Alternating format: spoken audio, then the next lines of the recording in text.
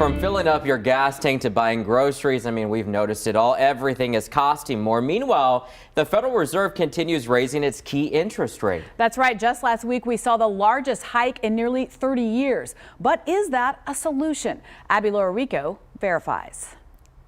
The term inflation has likely blown up in your vocabulary as of late, with seemingly everything getting more expensive. Recently, there's been a lot of talk about how the Fed is raising interest rates to lower inflation and concern it could go too far. Let's verify. Can raising interest rates curb inflation? Our sources are the Bureau of Economic Analysis, the Federal Reserve, and American University finance professor Jeffrey Harris. Baseball cards, cryptocurrencies, all sorts of assets have gone up in price. He says partially because of economic disruption due to the COVID-19 crisis, and partially due to trade issues with the war in Ukraine. The economy is, quote, overheating. The Federal Reserve Bank of Cleveland explains online that when inflation is too high, the Fed typically raises interest rates to slow the economy and bring inflation down. Higher interest means it's more expensive to take out a loan for things like getting a new car, starting a business, or buying a home. One way to try to tame that inflation is to raise interest rates.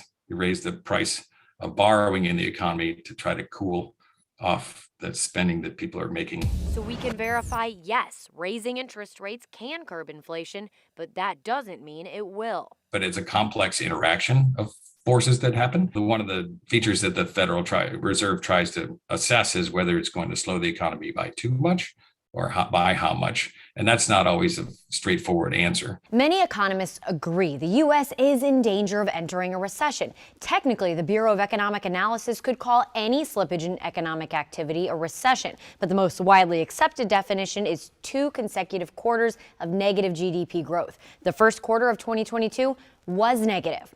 Will changing the interest rate help us avoid a recession or drive us toward one? That is the billion-dollar question. The impact of government policy in particular is not always the same. Even doing the same thing doesn't always result in the same outcome. With your Verify, I'm Abby Lorico.